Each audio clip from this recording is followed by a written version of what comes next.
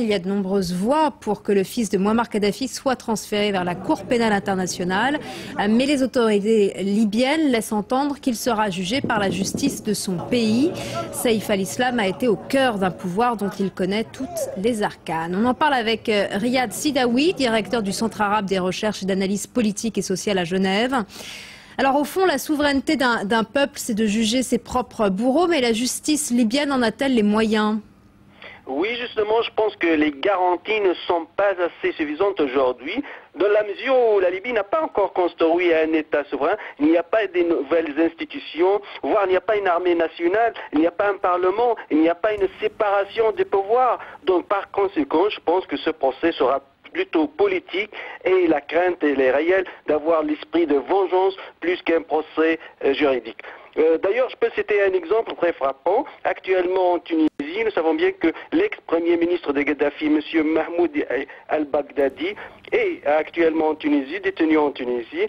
Le tribunal tunisien a voulu l'extrader en Libye, mais la société civile tunisienne, les démocrates tunisiens, voire même des organisations internationales, ont lancé une campagne médiatique en disant que vraiment on ne peut pas avoir un procès équitable à M. Mahmoudi, vu la conjoncture actuelle en Libye. Donc le président par intérim, M. Fouad Baza, a gelé l'extradition de M. Baghdadi. Donc les craintes sont réelles.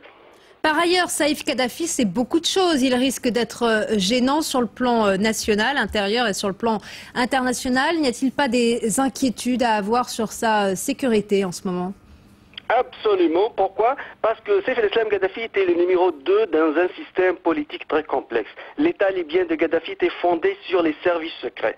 Donc il y a pas mal de dossiers qui font peur à beaucoup de personnalités, que ce soit libyennes, européennes ou arabes. D'ailleurs, je peux dire que pas mal des révolutionnaires, ceux qui ont rallié la révolution à la dernière minute, n'étaient que des adjoints de Kadhafi. Monsieur Mostafa Abdeljali, c'était son ministre de la Justice. Monsieur Mahmoud Jibril, c'était son ministre de l'Économie. Donc, il menace surtout les opportunistes qui ont rallié la révolution à la dernière minute. Au plan extérieur, évidemment, le régime libyen a eu des relations très étroites avec des personnalités politiques comme monsieur Silvio Berlusconi en Italie ou monsieur Tony Blair en Grande-Bretagne. Donc, il y avait aussi beaucoup de business économique avec ces personnalités politiques. Finalement aussi, avec des personnalités arabes ou autres, parce que Kadhafi, à un certain moment donné, était fréquentable, était généreux et il donnait beaucoup. Merci beaucoup Riyad Sidawi pour votre décryptage. En Égypte, la place Tahrir est encore occupée par une centaine de protestataires après des violences qui ont fait 2 morts et plusieurs centaines de blessés au Caire et à Alexandrie.